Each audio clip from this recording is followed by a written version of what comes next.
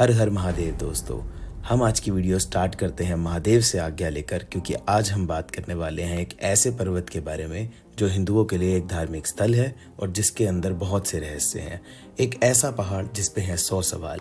जी हाँ, आज हम बात करने वाले हैं कैलाश पर्वत के बारे में, जिसको महादेव का घर भी बताया गया है। पर इसमें क्या है ऐसा रहस्य? क्या सच में इससे लोगों को डमरू और ओम की आवाज़ें सुनाई देती हैं? क्या सच में भगवान शिव का घर है कैलाश? क्यों आज तक इसको कोई फतेह नहीं कर पाया?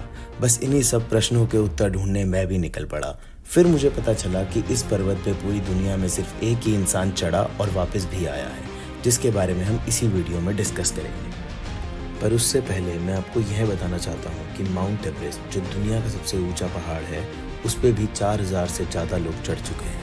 और यदि हम गूगल की माने तो कैलाश पर्वत की ऊंचाई है 6638 मीटर और वहीं माउंट एवरेस्ट की ऊंचाई है लगभग 8848 मीटर। इसका मतलब क्लियर है कि माउंट एवरेस्ट कैलाश पर्वत से लगभग 2000 मीटर ज़्यादा ऊंचा है। कैलाश पर्वत असीम शक्तियों से भरा है, जिसको आज तक कोई विजय नहीं कर पाया।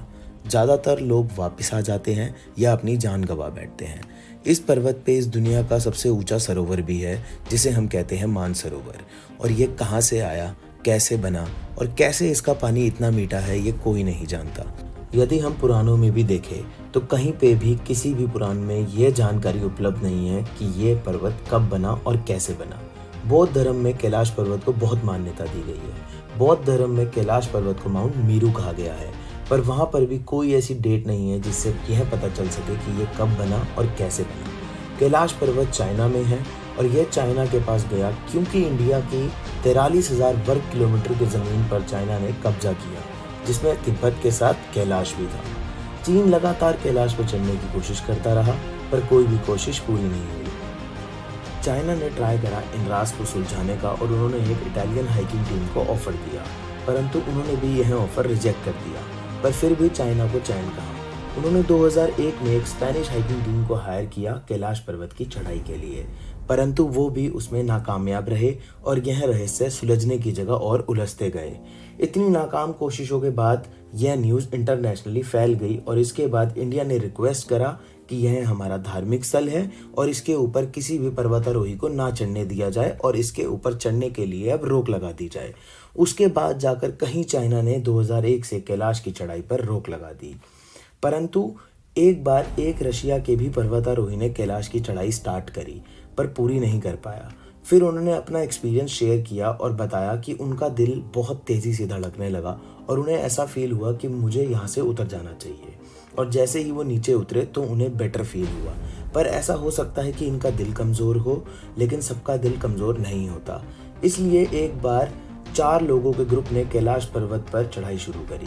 स्टार्टिंग में तो सब ठीक था, पर उसके 1 हफ्ते बाद तक कुछ पता न चला और सीधा 1 हफ्ते बाद जब वह लोग लौटे तो उनकी उम्र से वो कई ज़्यादा बड़े उम्र के दिखाई दे रहे थे। ऐसा लग रहा था मानो इन्होंने 7 दिन नहीं बल्कि कई साल बिताए हैं।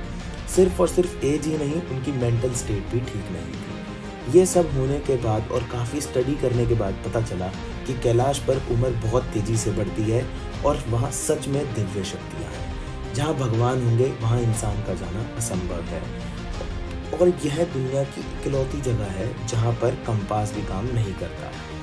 Now coming to the end of this video, conclusion ये है कि यह एक रहस्यमय पर्वत है जिस पे ना कोई चढ़ पाया और ना कोई चढ़ पाएगा। ये सब हम भारतीय ही समझ सकते हैं और मान सकते हैं, क्योंकि हमारे पास विज्ञान से भी बढ़ के एक चीज़ है, वो है हमारे वेद और पुराण, जिनमें इस दुनिया का संपूर्ण ज्ञान है। 11वीं सदी में तिब्बती संत मिलारेप्पा ने कैलाश पर चढ़ाई करी थी और वो जिंदा वापस भी आए। फिर लोगों ने उनसे पूछा कि वहाँ क्या था और सच में क्या भगवान शिव वहीं रहते हैं। मिलारेप्पा ने सबकी बातें सुनी, पर किसी को कोई जवाब नहीं दिया, क्योंकि मिलारेप्पा उस दिन के बाद से कभी नहीं बोले और वो अपनी धुन में ही रम गए। अगर वीडियो अच्छी लगी हो तो कमेंट में हर हर महादेव ज़रूर लिखें और नेक्स्ट वीडियो किस टॉपिक पर चाहिए वो ज़रूर बताएं। Thank you.